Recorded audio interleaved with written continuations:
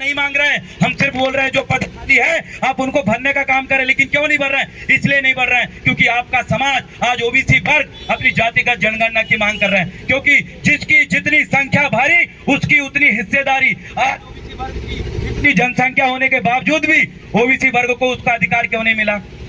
बिहार में ओबीसी की जनगणना चालू हो चुकी है, एससी की जनगणना चालू हो चुकी है, दलित, मुस्लिम, क्रिश्चियन, धार्मिक अल्पसंख्यकों की जनगणना चालू हो चुकी है। क्या कारण है मध्य प्रदेश में आपकी जनगणना नहीं कर रहे हैं? कारण यह है कि आपका समाज जाग जाएगा, आपका समाज बोलेगा कि हमें भी बराबरी का अधिकार दो, ये द्रोणाचार वाले भेदभाव हम सहन नहीं करेंगे। मैं आप सभी से एसटी, एससी, ओबीसी, अल्पसंख्यक लोगों से बताना चाहूंगा, अपने दिमाग से धर्म नाम का भूत को एक तरफ रखो और संविधान नाम की इस गाथा को अपने दिमाग में बिठारो, तब जाके आपके बच्चे अधिकारी कलेक्टर बनेंगे।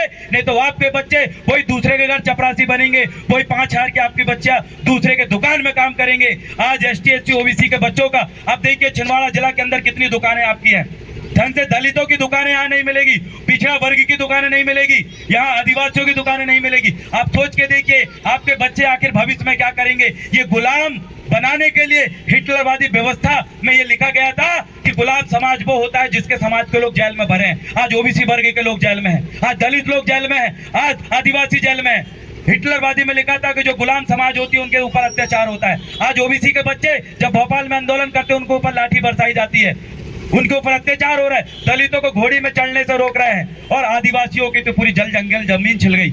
और गुलाम समाज की पहचान क्या होती है? गुलाम समाज की पहचान ये होती है कि उनके लोगों को श्रेष्ठ पदों में नहीं पहुंचाया जाता, भेदभाव करके निकाला जाता है। आज आपके बच्चों को सिविल जज नहीं बनने दिया जा रहा है, आज आपके बच्चों को बड़ी से बड़ी नौकरी में फेल कर दिया जा रहा है। ये गुलाम समाज की पहचान। वास्तविक कंडीशन में अगर आज हम सोचें यहाँ का एसटी, एससी और ओबीसी गुलाम होने की कगार है, आप एक गुलाम समाज की तमाम बिंदु अपने आप को रखो, हेलो, अपने आप को गुलाम समाज की बिंदुओं पे रखोगे तो आप पाओगे कि आप जिस जाति से हो, आप जिस समुदाय से हो, आप जिस वर्ग के हो, आपका वर्ग आज गुलाम कैटेगरी में आ चुका है। अंग्रेज जिस समय राज कर रहे थे उस समय हम लोग गुलाम थे और अंग्रेजों ने कभी जेल में नहीं भरे, अंग्रेज कभी जेल में नहीं थे और हमारे लोग आज जेल में हैं। मतलब आप समझ जाइए कि ये देश विकास की ओर नहीं विनाश की ओर बढ़ रहा है। यहाँ का बेरोजगार, इस देश में आप देखिए बेरोजगार लोगों को क्या इन्वेंशन हुआ।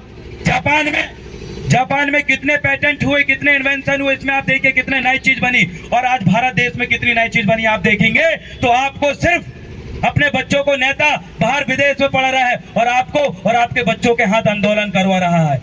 आज नेता अपने बच्चों को विदेश में पढ़ाता है, क्यों पढ़ाता है? क्योंकि उसको पता है ये भारत देश की शिक्षा व्यवस्था में उन्होंने जितनी कमी करनी थी वो तमाम कमी करी और आज आपका बच्चा ढंग से माइक हाथ में लेके बोल नहीं पाता। आज मैं इसलिए बोल पा रहा हूँ क्योंकि बाबा साहब अम्बेडकर के संविधान को और हमने एसटी, एससी, ओबीसी के कैडर को हमने अटेंड किया है, इसलिए हम आज डंके की चोट में चिल्ला रहे हैं। आप अपने बच्चों के हाथ में माइक दीजिए और उसको बोलिए कि बोल बेटा, तू जिस वर्ग से है, तू जिस जाति से है, उस जाति के बारे में तू क्या जानता है? तो हमारे बच्चे अपने समाज के बारे में, वो जिस जात से उस जात के बारे में कुछ नहीं जानता क्योंकि उनका खुद का इतिहास खत्म करके दूसरे का इतिहास उन बच्चों के मुंह पर रटवाया जा रहा है। आप अगर डेरिया समाज से हैं, आप पाल समाज से हैं, आप सिद्धि समाज से हैं, आप वर्मा है, विश्वकर्मा है, आप पूछिए अपने आप से कि आपने विश्वकर्मा सरनेम क्यों रखा? आपके में गोत्र व्यवस्था क्यों है? आपकी वंश बेला की शुरुआत कहाँ से हुई? क्या आपके पुरखों की कभी कोई मातृभाषा रही है? तो आप अगर रिसर्च करके पाएंगे कि आपने अपनी भाषा को, अपनी संस्कृति को और कई ऐसी व्यवस्था को आपने खत्म कर दिया और आप अभी दूसरे की व्यवस्था को अपने दिमाग में लेके घूम रहे हैं। याद करिए, अगर ये समय आने वाले समय में आया तो आपके पास आपका इतिहास नहीं बचेगा। आदिवासियों का इतिहास जमीन के ऊपर है, उनके गढ़ किला चिल्ला चिल्ला के बोल रहा है, लेकिन यहाँ दलित भाइयों का इतिहास जमीन के अंदर है। बाबा साहेब की प्रतिमा जमीन के अंदर निकल रही है, बुद्ध की प्रतिमा जमीन के अंदर निकल रही। क्यों?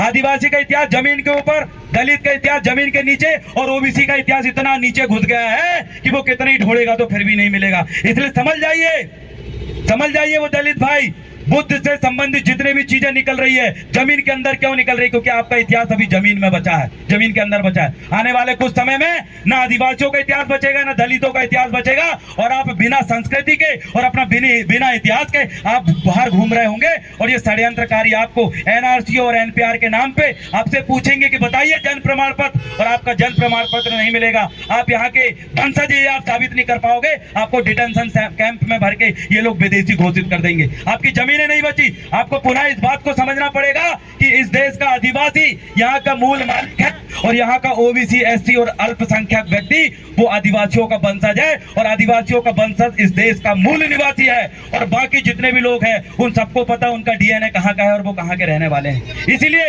एसटी, एसटी और ओबीसी तमाम आपका डीएनए एक है और आप सब आदिवासियों के वंशज है, इस देश के मूल निवासी है। इसलिए अपने हक अधिकार को जानो और इस देश में आप राज करने के लिए पैदा हुए हो, लेकिन आज आप गुलामी कर रहे हो, आज आपके बच्चे गुलामी कर रहे हैं। आप निकाल लीजिए छिंदवाड़ा जिले में बड़ा सा बड़ा रेत का ठेका किसके पास है, आप निकाल लीजिए। वो परासिया में यूपी बिहार के लोग नेता नगरी कर रहे हैं, कोयला निकाल रहे हैं। आपके बच्चे क्या कर रहे हैं? आपके बच्चों का अधिकार यूपी और बिहार के ठेकेदार को लाके यहाँ पर पनपाया जा रहा है और यहाँ का छिंदवाड़ा का मूल निवासी मजदूरी कर रहा है और 2,000-5,000 रुपए महीने कमा रहा है। अगर ऐसे ही चलता रहा तो इस मध्य प्रदेश के अंदर, छिंदवाड़ा के अंदर यूपी, बिहार और बाहर से आए लोग राज करेंगे और आपके बच्चे उनके यहाँ नौकरी करेंगे। इसलिए जागो, इसलिए बोलूंगा जय जय जय जय जय भीम, जय जय जय जय जय भीम।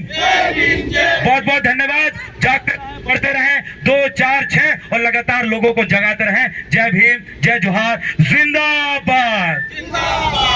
और कोई साथी विचार अगर व्यक्त करना चाहता है तो वो बोल सकता है। चले अपन तो साथियों, आगे हमारी रैली है, हम आगे की ओर प्रस्थान करेंगे। तुम बोलो, चलो हमारे बीच में